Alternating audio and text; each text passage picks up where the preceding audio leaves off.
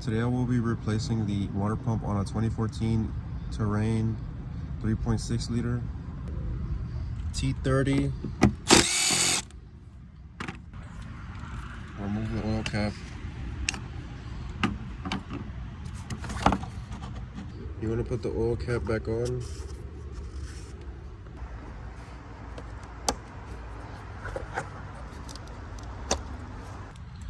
Remove these 4 bolts for the intake.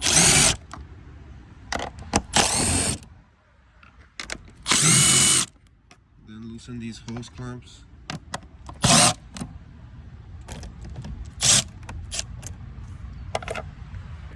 Remove this hose, so you just gotta press this tab this way and then up, and then just pull on it. Take the intake off.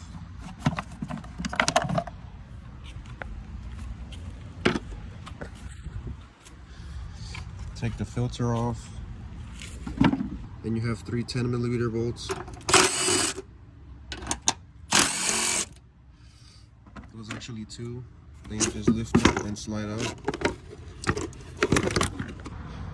You want to lift the car up in the air, put a bucket under there, and drain the coolant by getting at the petcock right there at the bottom of the radiator.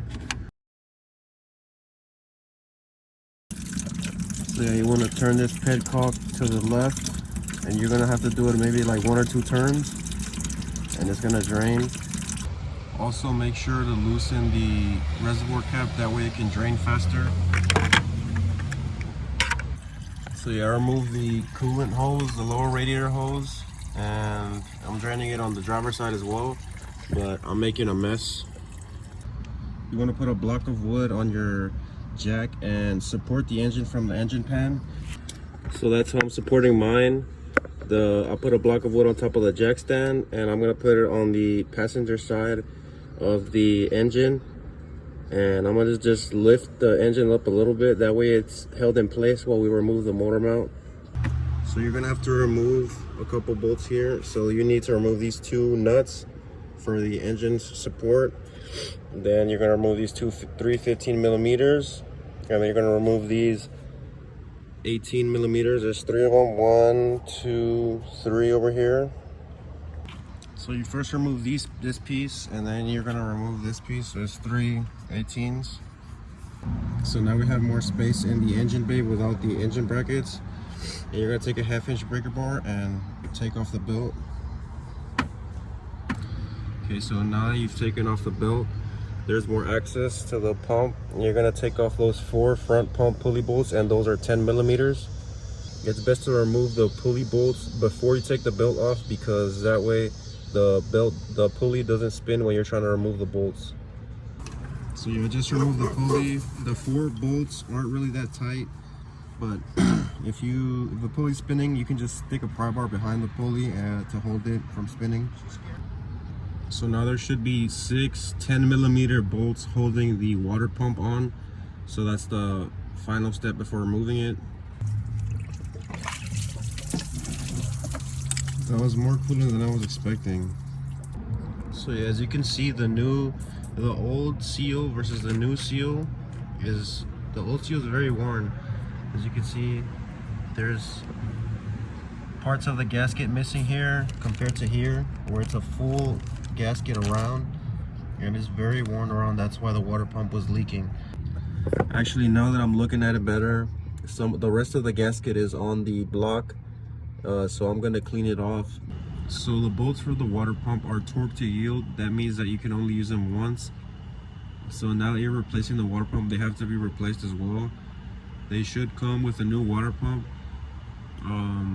But yeah, the reason you have to get new bolts is because they stretch whenever you tighten them. So the torque spec is to finger tighten them down, and then you want to tighten them to 89 inch-pounds, and then you got to give them 45 degrees extra. And then for the pulley bolts, they are 89 inch-pounds as well. The bolts also have to be torqued in a specific sequence, so I'll put that in the video.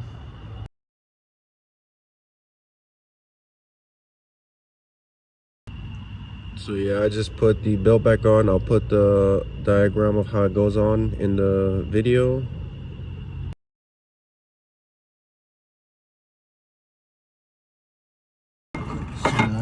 install this bracket onto the engine.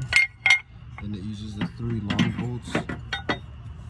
So yeah, these 3 18mm bolts get tightened down to 74 foot-pounds. When you're putting in these bolts, you gotta make sure that you don't strip them, so you wanna work them in by hand. And yeah, just make sure they're going in straight, because you know the engine is being supported by the jack, and if the engine is not straight enough or the bolts are not lining up perfectly, you're gonna strip the bolts, so make sure they go in well by hand. These nuts are 69 foot-pounds and these are 43 foot-pounds. Now I'm gonna put the intake box, so this just slides into that hole. There's a slot right here, and there's a hole. Then tighten these 2 10mm bolts for the intake, for the intake box. And you want to put your filter in, and you want to put your intake box back on.